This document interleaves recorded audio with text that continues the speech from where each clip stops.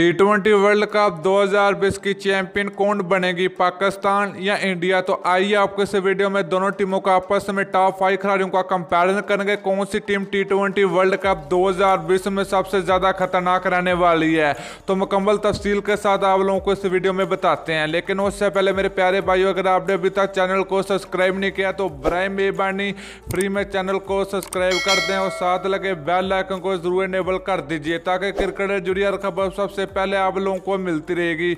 चलिए दोस्तों, बगैर कोई आपका कीमती वक्त ज़ाया किए आपको बताते चले कि टी20 वर्ल्ड कप 2020 में कौन सी टीम सबसे ज़्यादा मजबूत होगी, पाकिस्तान होगी या इंडिया क्रिकेट टीम होगी। तो मुकम्मल आप लोगों को इस वीडियो में बताते हैं कि कौन से खिलाड़ी सबसे ज़्यादा खतरनाक रहने वाले टी20 वर्ल्ड कप 2020 में। तो चलिए दोस्तों, नंबर 5 की अगर बात की जाए तो नंबर 5 पर मौजूदा पाकिस्तान क्रिकेट टीम की तरफ से होंगे अहमद वसीम, तो इंडिया क्रिकेट टीम की जानब से होंगे विजय शंकर। तो पाकिस्तान क्रिकेट टीम के पास बहुत ही बेहतरीन ऑलराउंडर अहमद वसीम, तो अहमद वसीम बहुत ही खतरनाक बॉलिंग भी करते हैं। तो अगर विजय शंकर की अगर बात की जाए तो विजय शंकर इतनी अच्छी बॉलिंग नहीं कर पाते जितनी अच्छी आजकल अहमद वसीम करने में कामयाब होते हैं। तो यहाँ पर बाजी पाकिस्तान टीम लेगी क्योंकि अहमद वसीम बहुत ही खतरनाक बैटिंग करते हैं टी20 क्रिकेट में। तो दोस्तों, इसके अलावा नंबर 4 की अगर बात की जाए, नंबर 4 पर नाम आता है पाकिस्तान क्रिकेट टीम की तरफ से खतरनाक विकेट कीपर कामरान अकमल। तो ये पाकिस्तान की जानब से खेलेंगे। तो इंडिया की तरफ से खेलने आएंगे ऋषभ पंत।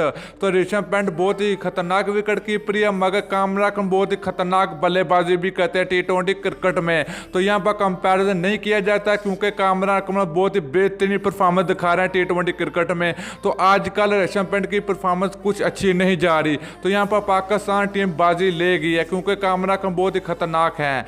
तो दोस्तों, इसका नंबर 3 की अगर बात की जाए, पाकिस्तान टीम की जानब से होंगे प्रोफेसर मोहम्मद हफीज।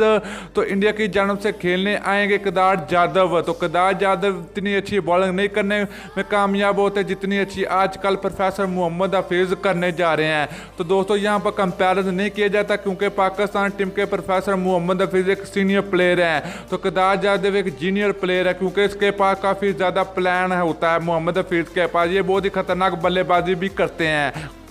तो दोस्तों, नंबर 2 की अगर बात की जाए तो नंबर 2 पर नाम आता पाकिस्तान क्रिकेट टीम के खतरनाक बल्लेबाज, ओपनर खतरनाक दोनों बल्लेबाज जो कि पाकिस्तान क्रिकेट टीम की तरफ से खेलने आएंगे शर्जील खान। तो इंडिया की जानब से खेलने आएंगे रोहित शर्मा। तो यहाँ पर कंपैरिजन नहीं किया जाता क्योंकि ये दोनों ओपनर बहुत ही खतरनाक रहने वाले टी20 वर्ल्ड कप 2020 में।